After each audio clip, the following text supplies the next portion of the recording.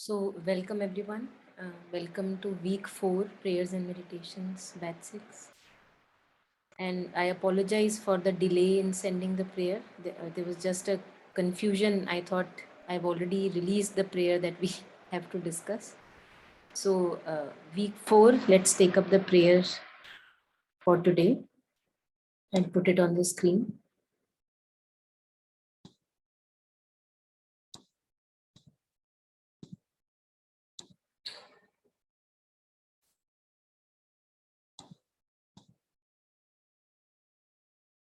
Yes, so it's prayer of January 4, 1914 by the mother.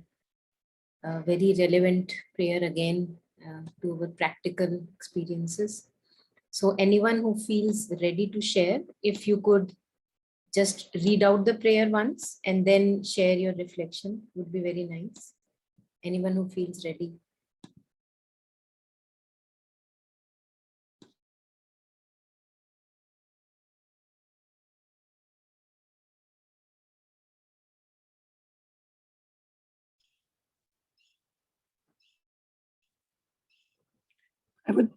I would like to read prayer. Yes, please. Yes.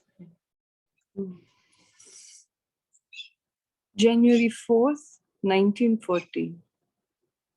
The tide of materialistic thoughts is always on the watch, waiting for the least weaknesses.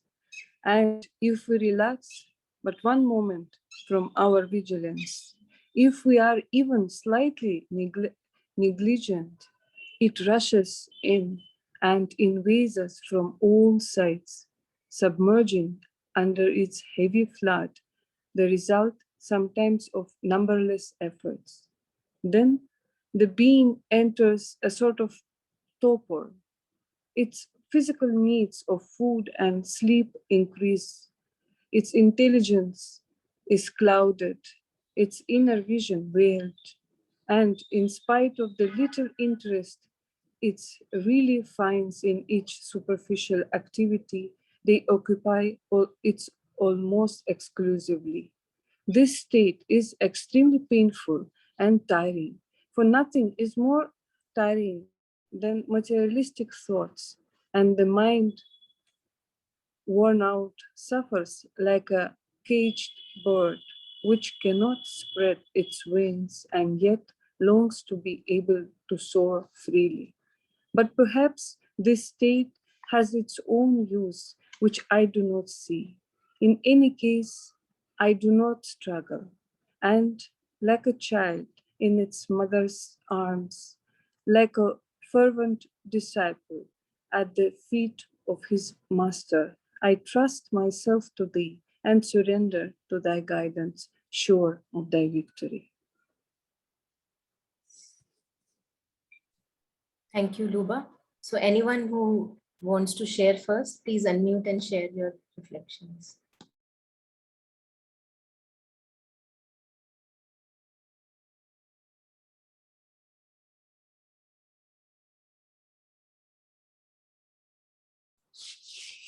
Monica ji, if no one is progressing, then can I share?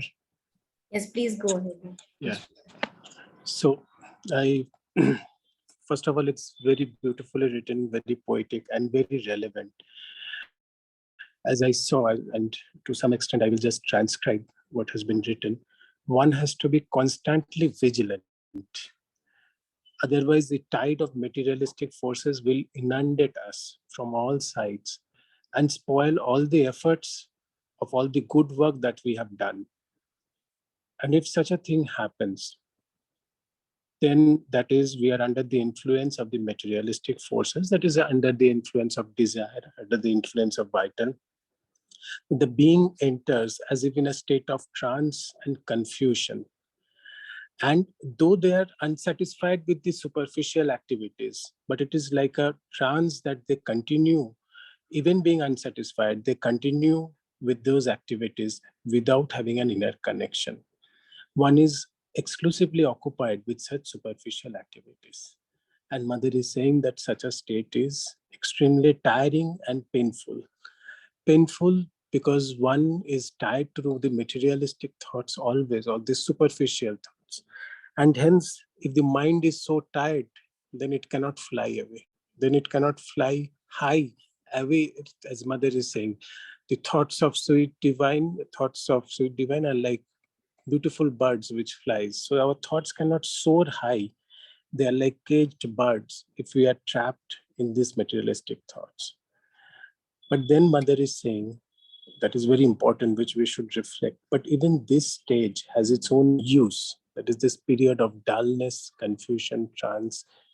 It may have its own use. Probably once a person goes through it, he comes out, he should reflect that how a little lapse had caused this. And probably that's why one should be more vigilant to no longer lapse. And Mother is saying that if such a state comes, I do not struggle like a child in mother's arm, like a dedicated disciple at the feet of the master, accepting whatever is happening in life. Because this acceptance is also a big thing. There are philosophies, theories, paths where they say whatever is happening currently in your life has been given by the divine, so accept it. And Mother is extending that thought. And she surrenders to the divine, surrenders to the higher guidance, sure that the ultimate victory will be of the divine. That even though this is a transient, temporary phase, it will be end. One will come out of it, or she will come out of it. That's my reflections on it. Yeah, thank you so much, Jishnuji. Beautiful. Yeah, anyone who wants to go next?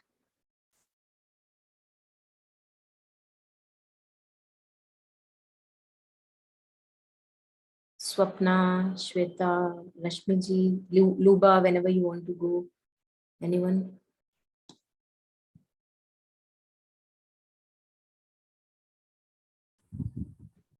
Yes, Shweta. So when I read this prayer today, when you sent it, uh, first time the way I tried to comprehend, and gradually how it made a deeper sense. So my first thing was, okay, yes, obviously I get this and I relate to this, and materialistic thoughts have never mattered, and like every line made so much sense. Okay, yeah, obviously I get it, I totally resonate with this, and I have been vigilant since childhood about this comes naturally. So this was my first thing. But like when I read it second time, third time, I realized, oh my god, again, how the mind works. And like I could understand that materialistic thoughts are not like only materialistic things. They are materialistic thoughts which involve so many labels and emotions. They're all materialistic thoughts. So that understanding came to me, after I read it like a couple of times. And then it all made it had a different kind of meaning and a deeper revelation. And then I did understand, again I resonated, but at a higher level, how this state is extremely painful and tiring. For nothing is more tiring than the materialistic thoughts, and the mind, worn out, suffers like a caged bird which cannot spread its wings and yet longs to be able to soar freely. So at an emotional level, with the labels and like with all that, yes, I could understand it at a deeper level. And perhaps the state has its own use which I do not see. So this I feel is like yeah, like mother says that, yes, this state has its own use. I think it has its own use because yeah, mother won't see, obviously she's like above all this. But personally I feel when you go through all this, and it is so tiring. And finally I think you realize that there was no cage, like you can spread your wings and just soar freely. So that is what is my reflection. Yeah, And beautiful. Anything yeah, more, Shweta? yeah, so like even the last paragraph, like this is so beautiful and so calming, this feeling that I do not struggle, and like a child in its mother's arms, like a fervent disciple at the feet of his master, I trust myself to thee and surrender to thy guidance, sure of thy victory. Yeah, this is, what I understand now. And there is, there is so much of ease and, surety that, everything is happening the way it has to. And somehow, even though the challenges keep on coming, like you go through one and then the higher one arises, but now you still feel like, the wings have started to come to use, and you have started to like take those small flights and feel the freedom. Yeah, so it is beautiful. Yes, beautiful. Thank you so much, Shweta. Yeah.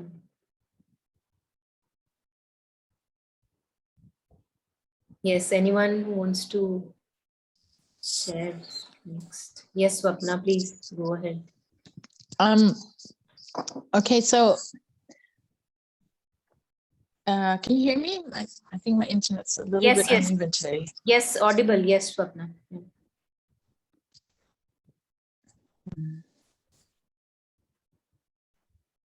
Yeah, Swapna, are you here?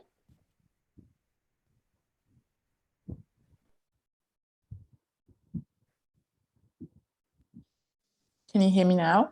Yes, yes, audible. Okay, okay. I lost you all for a moment. So what I was noticing is how I related to this is I have been stuck in these loop of thoughts I noticed recently about a problem situation, and how this materialistic thoughts, how much for me it revolves around, what they did to me and what's going on and how hard this is and all these kinds of thoughts, right? And of course, agreeing with what Jishnu and Shweta have already said, and what Mother is indicating here, absolutely about it, feeling then like I'm caged, yet seeing how when I'm caught in this trap, basically, it's impossible to even feel like I have wings. Spread the wings, right? And then where Mother says, but perhaps the state has its own use, which I do not see. And I was somehow drawn to that line just now, as in, as a person, a normal person, not Mother, or not yet realized Mother within myself, when I'm caught in these negative loops and stories, then I see that, someone like the Mother, who I aspire to be more like, or Mother is saying, look deep in yourself and you'll find me there. Look deep in your heart, you will find me there. So from that point of view, it's like, oh, Mother does not even, she didn't even see a point to this. She doesn't even see a use to this, and seeing that stark contrast with my own thinking, vital ego, when it's caught in these negative loops or caught in a problem in my life, how it thinks it's completely justified, right? So just seeing that stark contrast of what Mother is actually indicating as the way out, that she doesn't even see a use for it, and that's a big key to help me get out, of this materialistic thinking, or basically how I'm seeing it is like getting caught in this trap of how hard a problem is, basically, in my life, and get out of it. And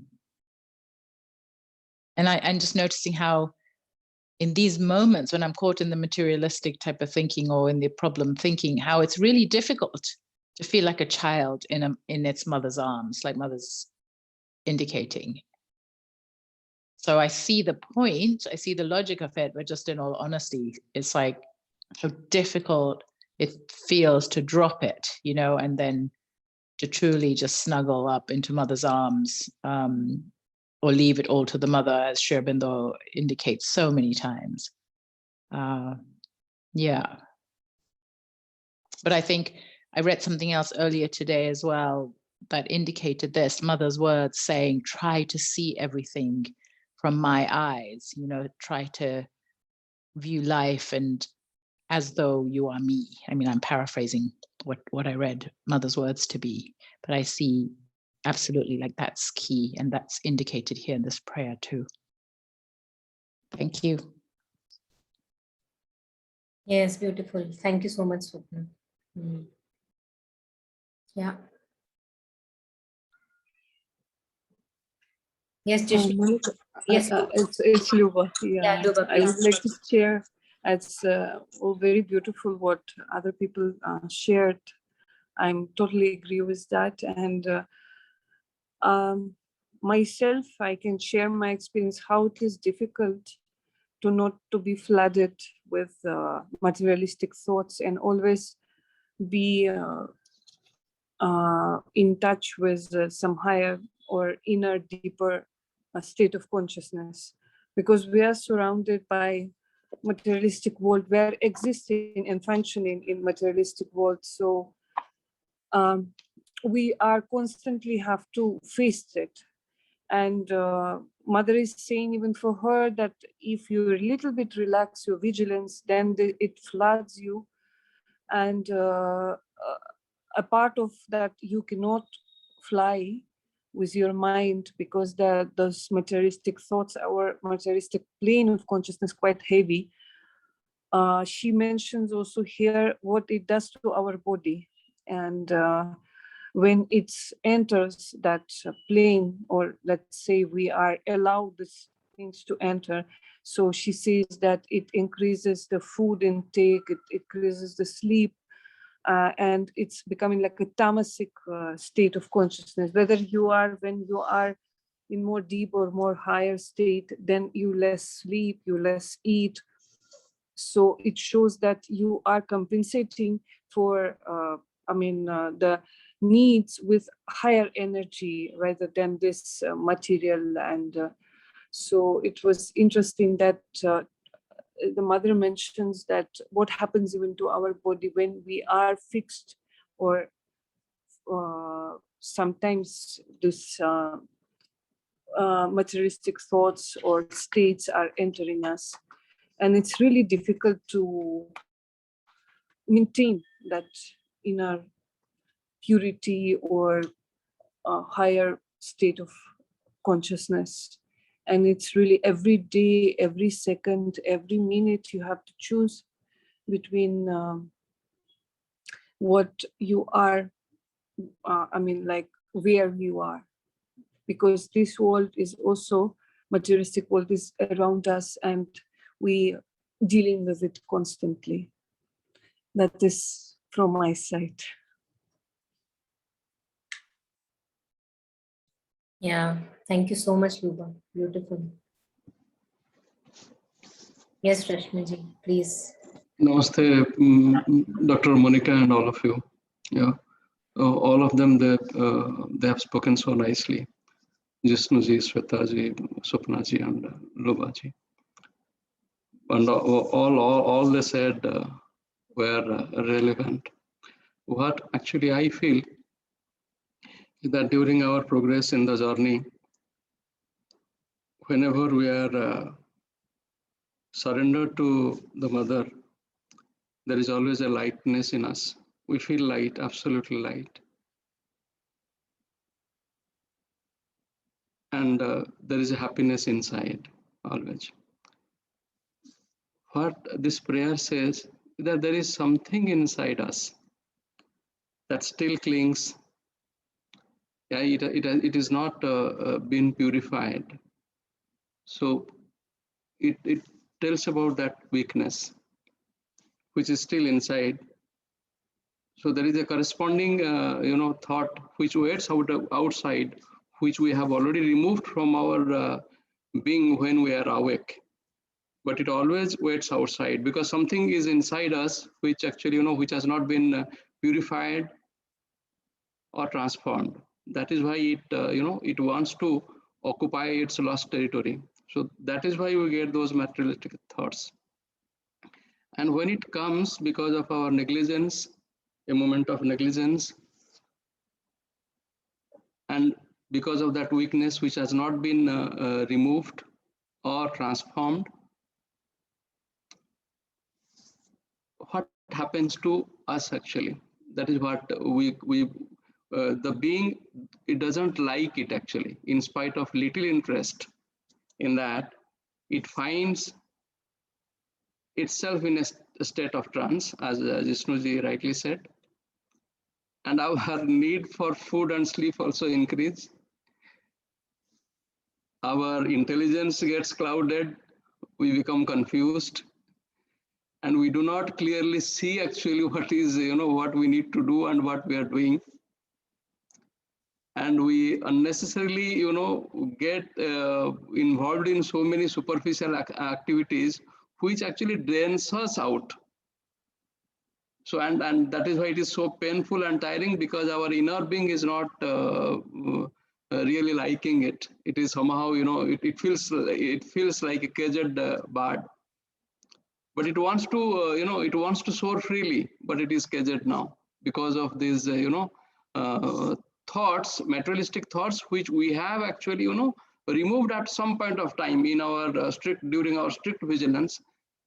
But because it has flooded us due to some of, something which has not been transformed within us. And how to get rid of it?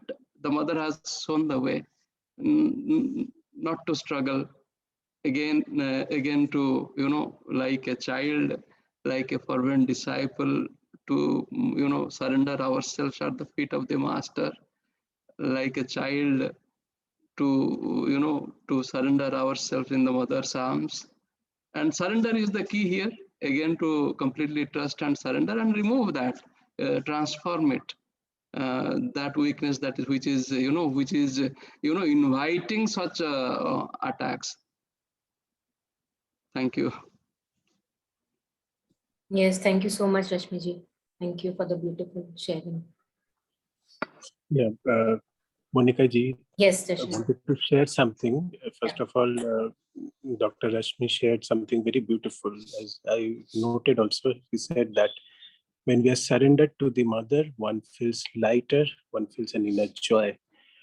And there is that reminded me of a quote of mother, which is very, very relevant for this. It is the divine presence that gives value to life. This presence is the source of all peace, all joy, all security.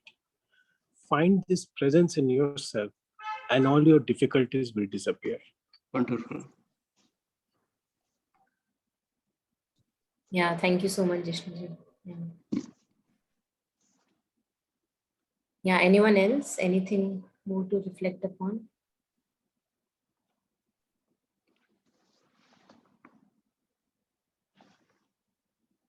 Yeah, Dr. Monica. Yes. Actually, that is the, when these thoughts flood us, we really go away from our center of being. Simple. Whenever that lightness is there, that as Jishnu rightly said, that inner joy is there, that means I am connected. I don't feel any kind of, less of energy, even if I work throughout the day. I am, because the being is absolutely light and full of light. Light there is no heaviness in the being, and full of light. There is no darkness anywhere. You know what exactly you are doing, in spite of being in samsara. You know what exactly you are doing. You are tethered to the divine. At the same time, you are doing whatever the task or whatever the duties that are assigned to you by the divine. But whenever these kind of materialistic things, they flood because of some weakness, which is, something that inside, which is correspond, which is inviting those, then that heaviness certainly descends on us. That is very tiring and painful. Yeah, absolutely. Great. So let us go over it again and see if there is more that comes up. And please unmute and share whenever you feel you have more to say. I'll just go over line by line and see what comes out. January 4, 1914.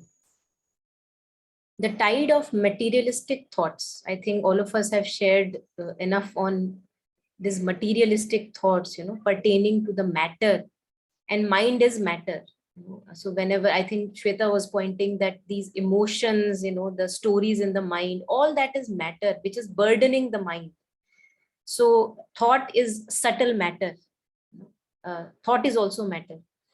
And that's why whenever we are drowned in our stories, we feel so heavy, because the nature of matter, since it is born in darkness, in conscience, is the nature of the matter is heavy and burdensome. It is full of inertia, so it burdens the being. The whole being is burdened by that burden on the head, which is me and my stories and all the emotional drama and everything. And all of that is required. We'll come to it, why all of that is required. The surfacing of it is required.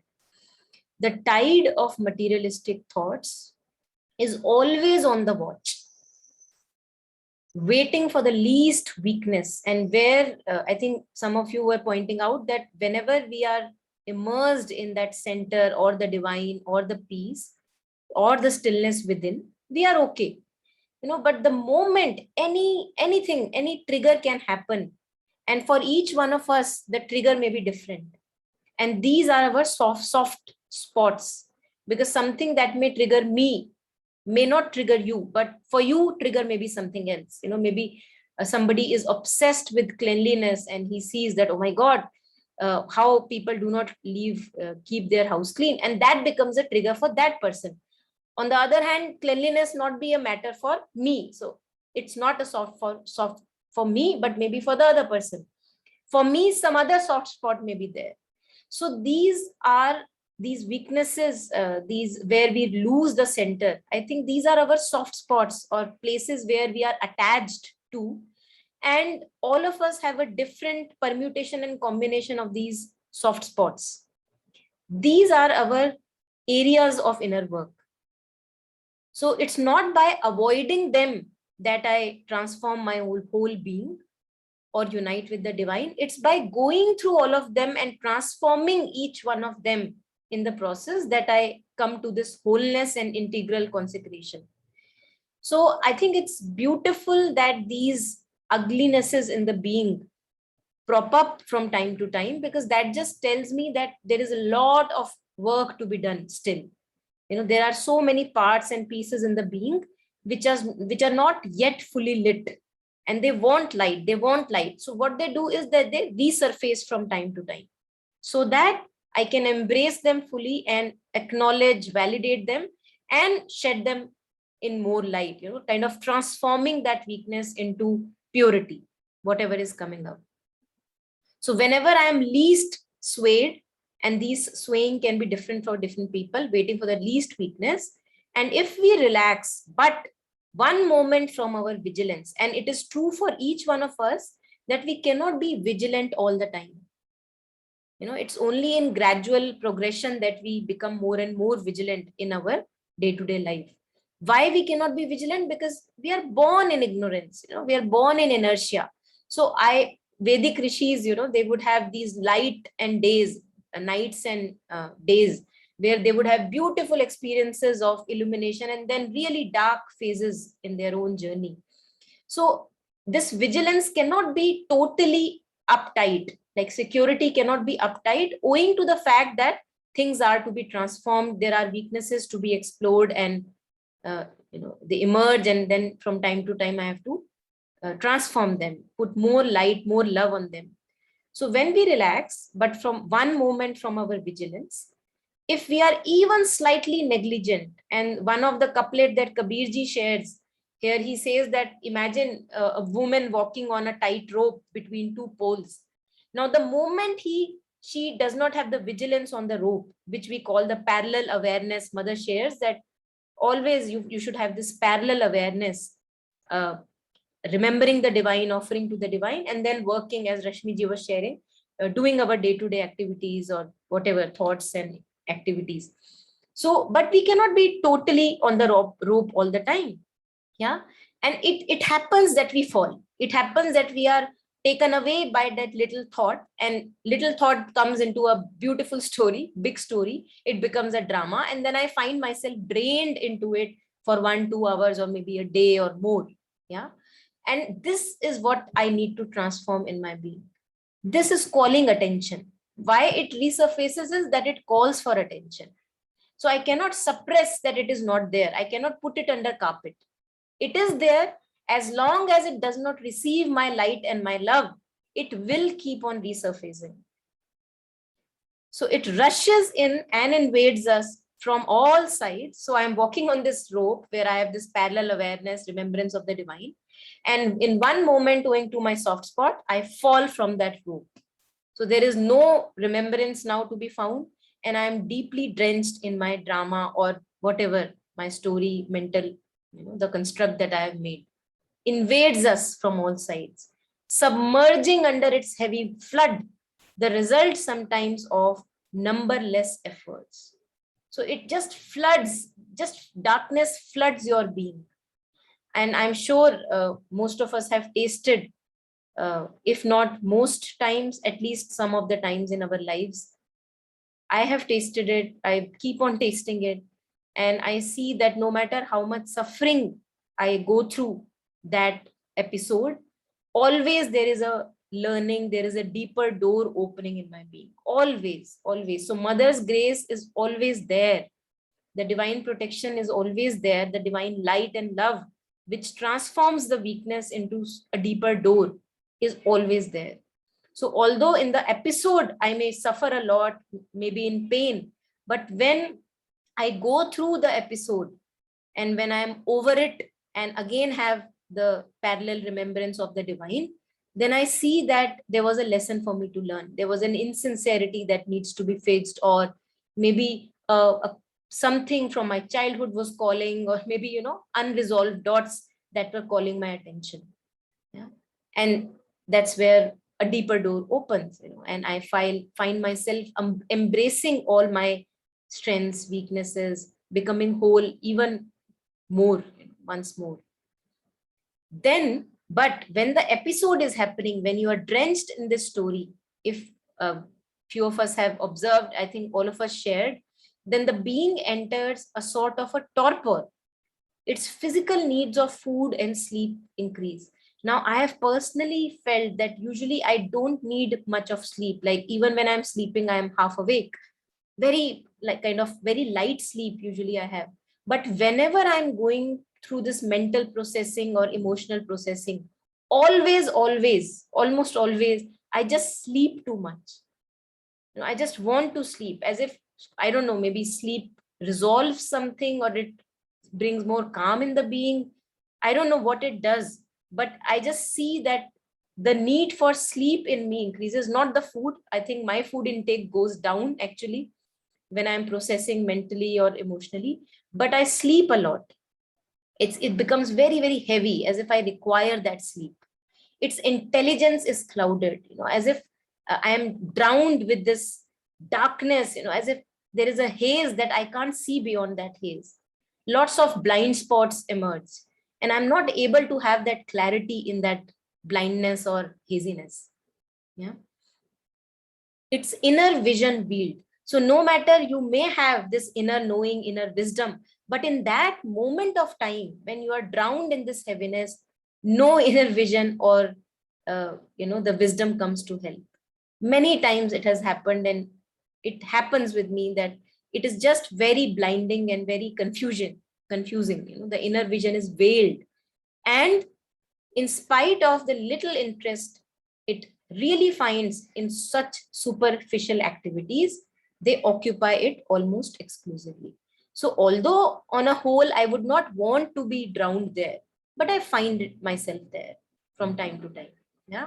And I see that why I find myself there, because something or the other needs attention, something or the other wants more love, embracing, and light, clarity. This state is extremely painful and tiring. It is exhausting, no doubt. All of us go through it. It drains you. It does not bring you energy, it drains energy from you. For nothing is more tiring than materialistic thoughts, and the mind, worn out, suffers like a caged bird which cannot spread its wings and yet longs to be able to soar freely. Now, the very nature of ego, or this egoistic consciousness, it's a very constricted consciousness. It makes us feel very narrow, limited, suffocating. And the very fact is that it does not, that's why whenever we are in egoistic consciousness, we really don't want to be there. We want relaxation, we want peace. And that's why people who, maybe take substances or drugs to relieve them of this tension, what they actually find after taking these substances, or maybe alcohol or something, it relaxes them. So all that the egoistic consciousness is seeking, like a compressed rubber ball, it is actually seeking relaxation from that constriction. So the mind actually is seeking relaxation from that constriction. We don't like to be in egoistic state, yet we have to go through it, all of us.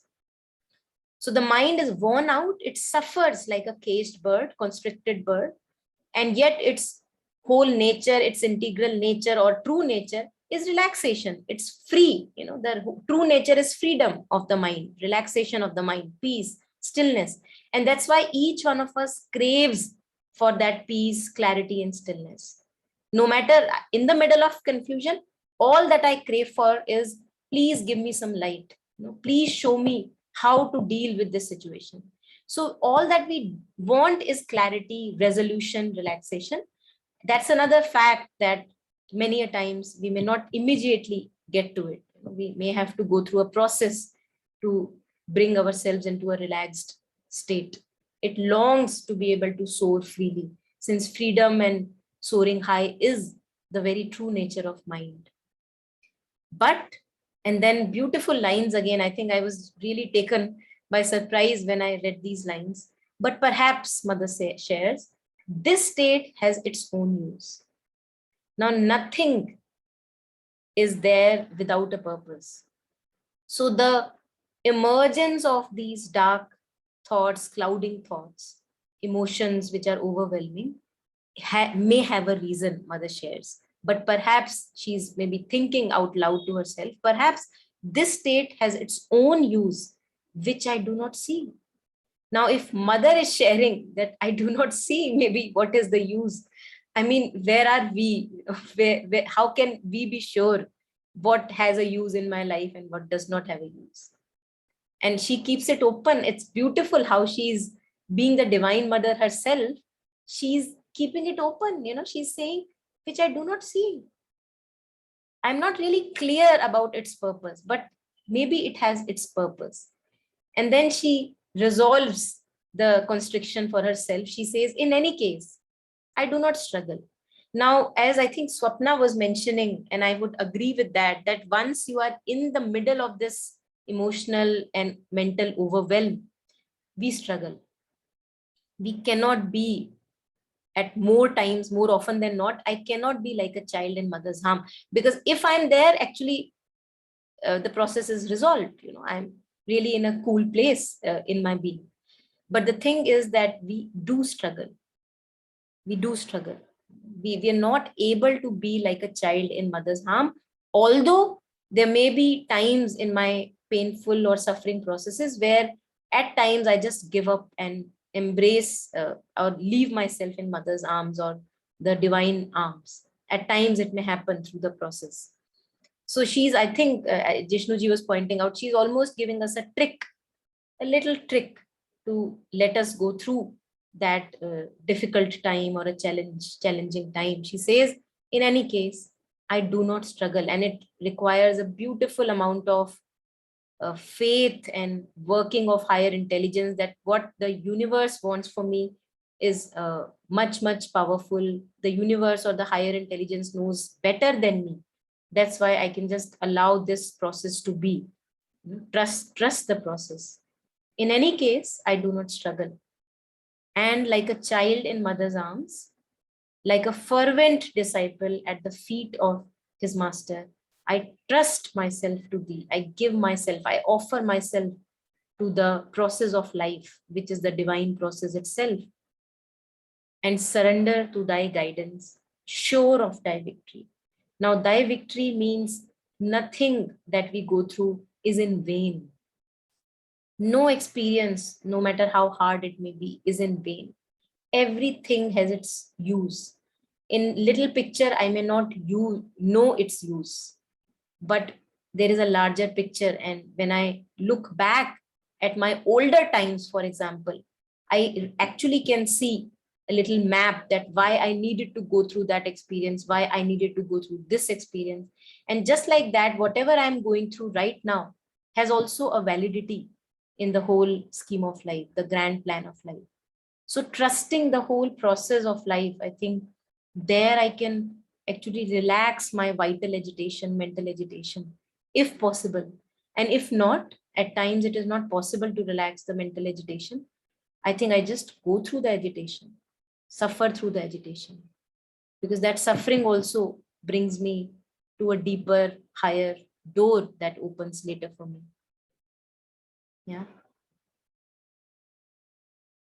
And thy victory, divine victory is certain. Again and again, every prayer mother shares, your victory is certain, the divine victory is certain. Since we are all children of the divine can never create anything which is not suiting our progress. So all that we go through in life, all that I go through in life is actually suiting my progress. But since we are so limited and narrow in our superficial consciousness, I may not have that faith, full faith, integral faith, that what purpose does this suffering do to me? But somehow, if we connect deeply, we have an inner knowing that yes, I am suffering. Yes, I may be in pain and a difficult situation. And yet I also know that there is a progress that is happening through this. There's maybe more stillness coming to my being, more vital agitation leaving me, and I become more and more in trustful of the process of the life itself, as if it's molding me, chiseling me, shaping me better and better to be a better and better servant of the divine, or better and better human being. And I feel that there is a lot that we can actually work upon ourselves, being more kinder, more compassionate to our own selves and also to others. I think that's what matters towards the end. Every time we read these newspapers and what the world goes through again and again, the turmoil that world goes through, and we see that we need more kindness, we need more love, more compassion, rather than more intellectual knowledge. And I think all of our difficult experiences where we lose the thread of divine consciousness again and again, go into plunges of darkness, all of them make us more kinder, make us more compassionate, more loving. Yeah. So yeah, if there is anything more reflections coming up, please unmute and share.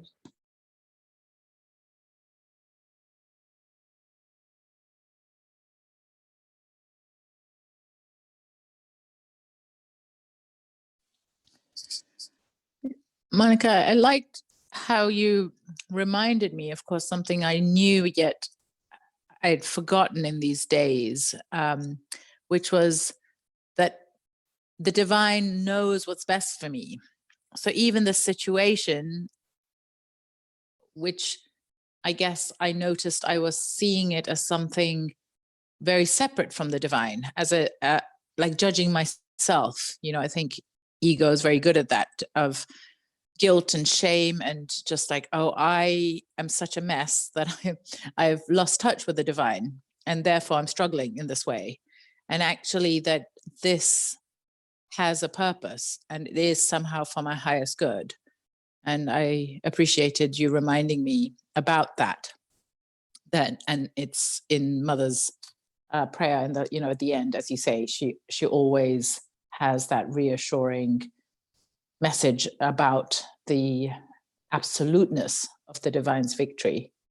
And so it feels like a little tiny crack opening to let that light come in, you know, of like how wrong that thinking is, or that judgment of, oh, this is all my fault somehow to be so stuck and so far away from feeling free.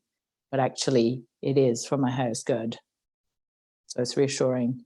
Thanks. Yeah. Yes, beautiful. Yes, Swapna. Yeah. I also feel, you know, born as a human being, actually, the birth itself is such a big trauma. If you know, really look at the process of birth itself, it's a big trauma for the being born. And throughout our childhood, we go through so many traumas, and it's slowly through these experiences that we heal our traumas, you know, and we don't even know why we feel a certain way again and again. Repeatedly, we feel that I feel rejected, you know, I feel that I don't matter at all. And we have no idea that all of these repeated patterns of thought are connected with our childhood traumas. And slowly, as they resurface, you know, this pattern repeats itself again and again. It is just happening for a purpose, that now I am ready to embrace that trauma and maybe heal that trauma by acknowledging it and by being there for myself, you know, by being there for myself no matter what I have been through. But right now I have this life, and I can just take it in whatever way I want myself to take it towards. So yeah, I think it's so many unheard, unsaid traumas that all of us have been through, and slowly all of us have to go through them, like relive them, feel them again, so that we can also heal them, and in the process with more love and more kindness. Yeah, lots of work to be done. Yes.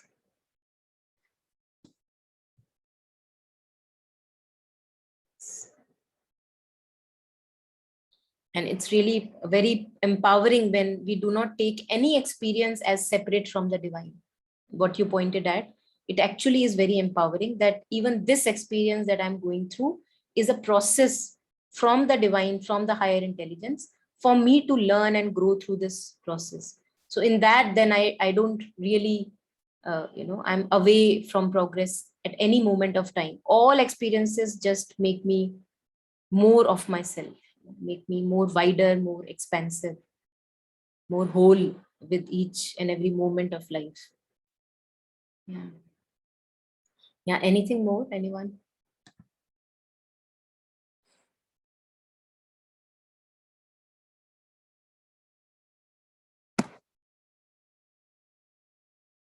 Great.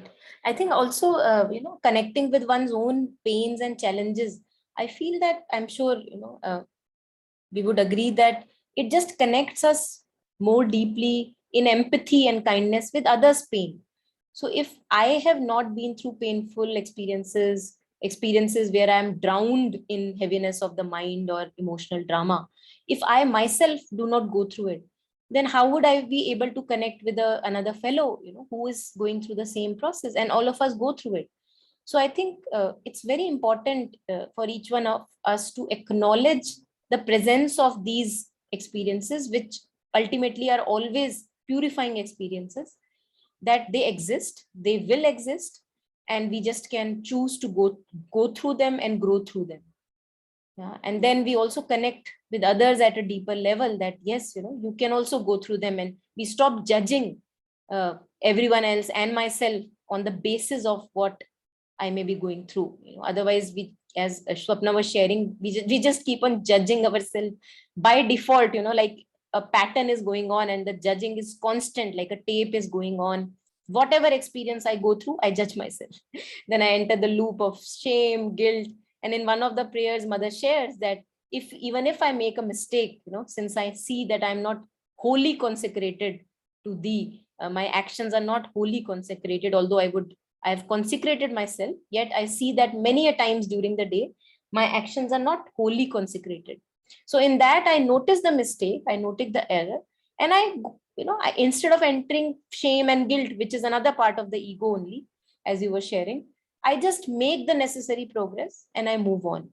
So I think that is really another trick. Mother keeps on giving us tricks here and there. This is beautiful because at every moment of time, we may require another trick of a different variety. So one trick is just learn the lesson, go through that experience, being kind to myself and move on, moving on to the another fresh moment, moving on to another new moment, absolutely untarnished by the past. So that is the power which also exists with us parallelly, in each moment. The power of the present moment, power of a fresh moment, like a new birth.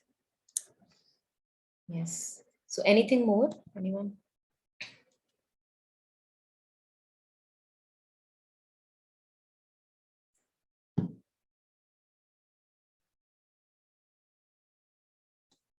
Okay, so great. I think then we can. Yes, Rashmiji, please. Yeah. It's a wonderful explanation, Dr. Monica. Yeah, absolutely fine. Yeah. Thank you.